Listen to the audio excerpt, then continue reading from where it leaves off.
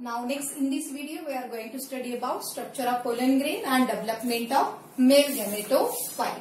So first, structure of pollen grain. So pollen grains are also called as microspores, which are formed in that microsporangia.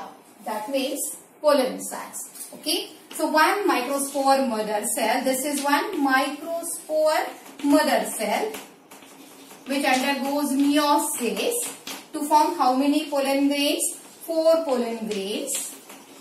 That means 4 microspores are formed in the form of tetrad. In the form of tetrad. Tetrad means what?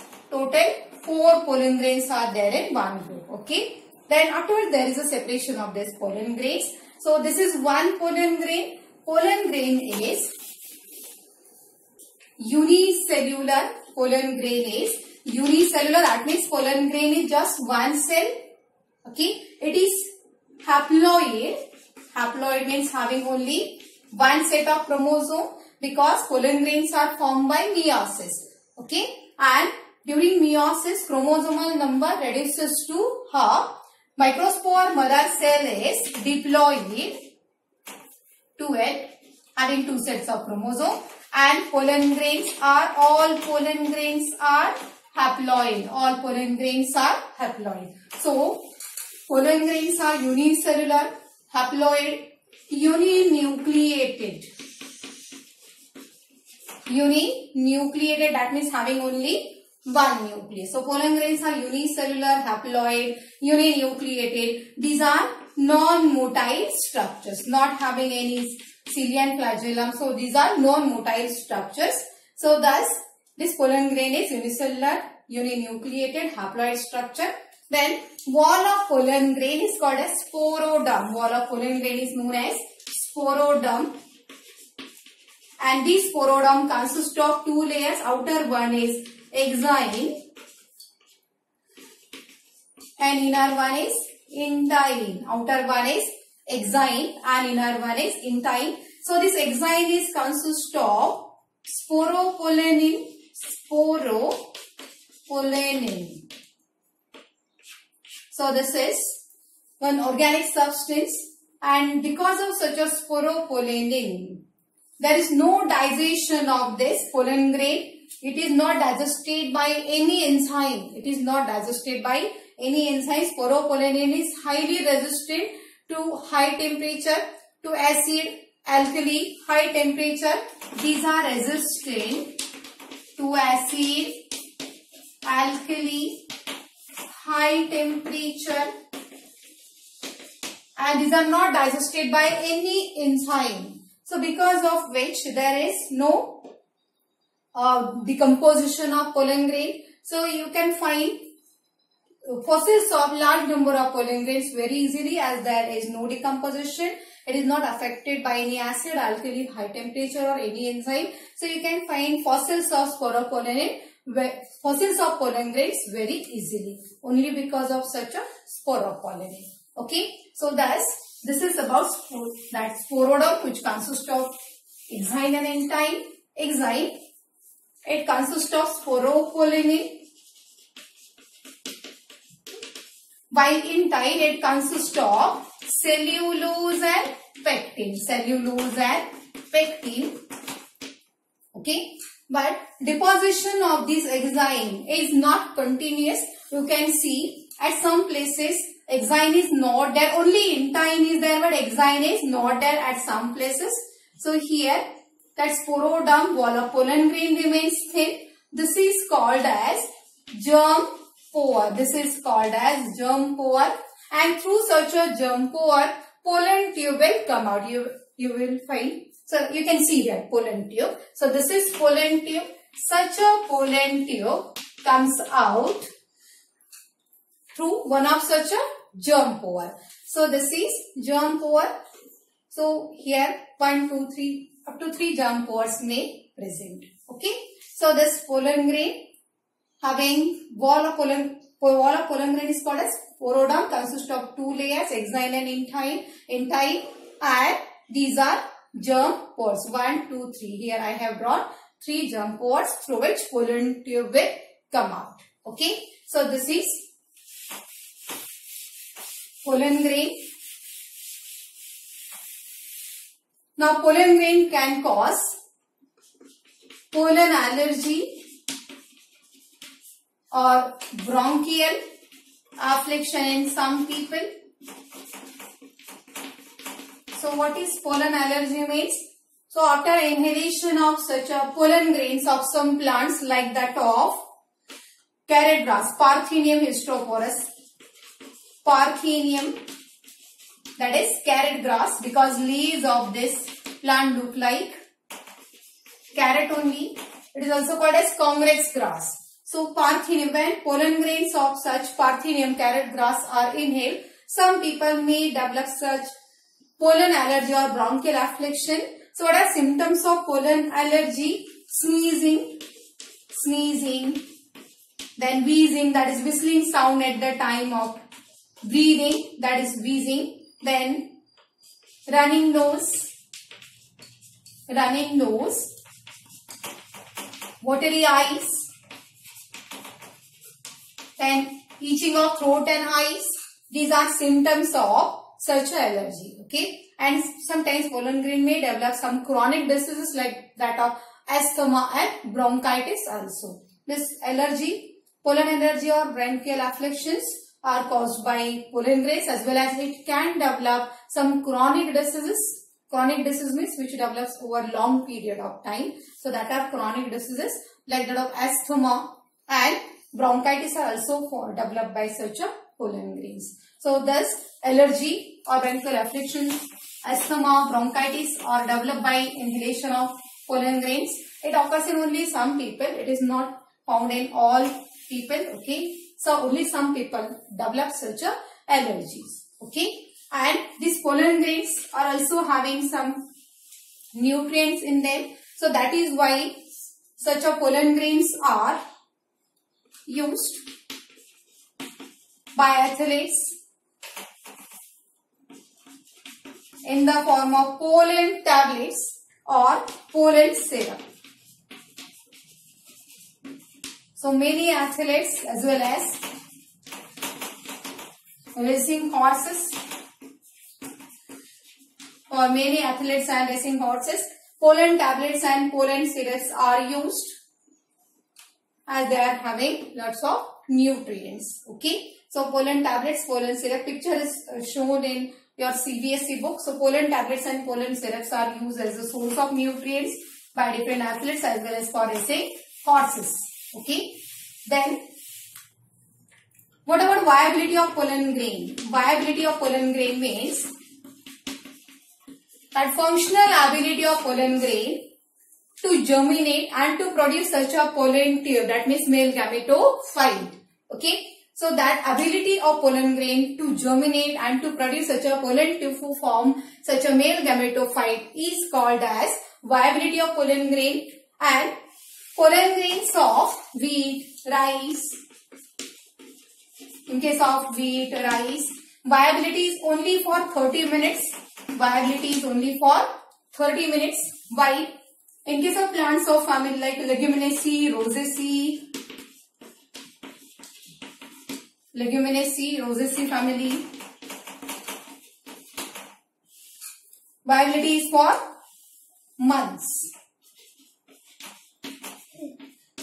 Viability in case of wheat and rice, viability of pollen grain is only for 30 minutes. While in case of Leguminaceae, Rosaceae, then it is for months. That means 30 days or more than that. So thus viability is different in different plants. So after 30 minutes, pollen grain of wheat or rice will not germinate. It will not produce such a pollen tube. Okay. But pollen grains from Leguminaceae family members, Rosaceae family members, that pollen grains can germinate, can produce pollen tube and male gametophyte even after 30 days also. So thus viability is different in different plants.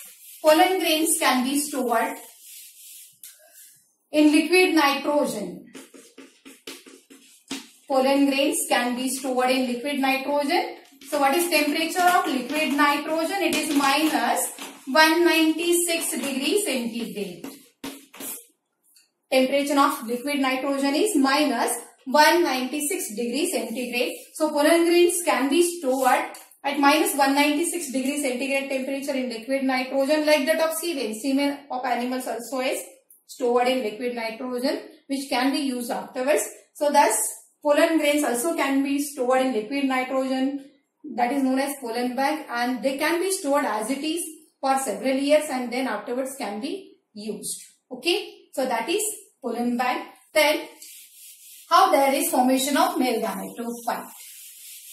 So this is one pollen grain having only one nucleus. So afterwards what happens? In this pollen grain there is one mitotic division, but that mitotic division is unequal, and here one large size cell is produced called as vegetative cell or tube cell, and one small size cell is formed known as generative cell. Generative cell. So here this is tube cell and this one is generative cell. Afterwards what happens? There is separation of generative cell, and here this is generative cell now. This one is generative cell. So which lies or which float freely in cytoplasm of this tube cell or vegetative cell. Tube cell is also known as vegetative cell. Tube cell or vegetative cell. Okay. So this is generative cell. Afterwards it gets separated and lies freely in cytoplasm of tube cell or vegetative cell. Then what happens to the generative cell? Generative cell means cell which is going to generate something. So what is generated by generative cell? It undergoes mitosis to form such a two male gametes here. Two male gametes. So here two male gametes are two cells, and this is one vegetative cell. So here total how many cells are there at this condition? 3 cells. Okay. So mostly what happens? Pollen grains are released from anther at such a two-celled condition. That is, one is vegetative cell and one is generative cell. In 60% plants, pollen grains are released from anther at this two-celled condition. Okay. And then pollen grains are deposited on stigma. Stigma, ovary, style and stigma. These are parts of carpel, isn't it? These are parts of carpel.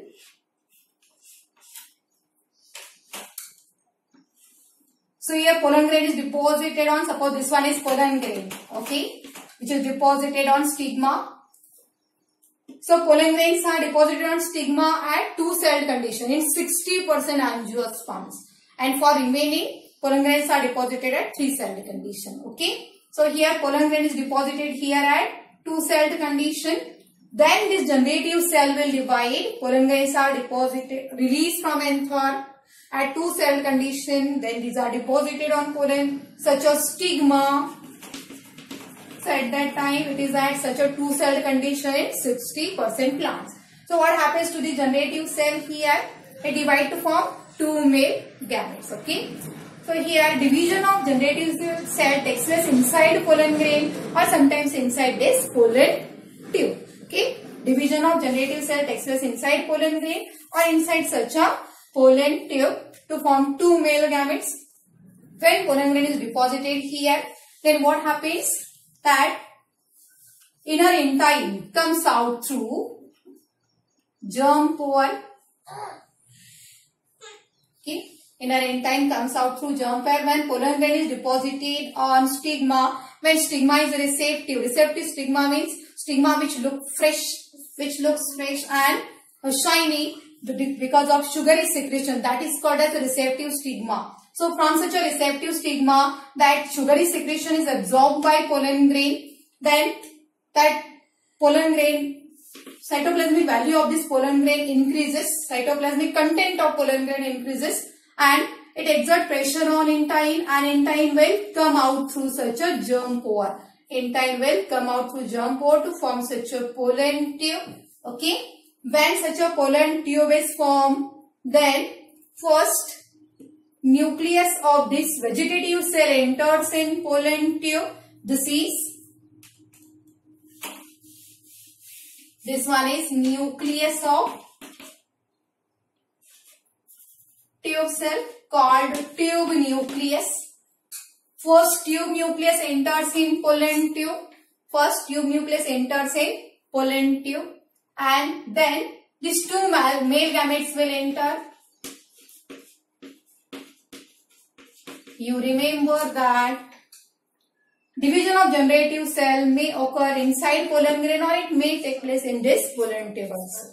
Okay. So thus two male gametes are here, and this one is tube nucleus, and then this pollen tube, it will pass down through style, and finally it will enter in ovule, which is present in this ovary. Okay. So thus this germinated pollen grain having such a pollen tube with one tube nucleus and two male gametes is called fully formed male gametophyte.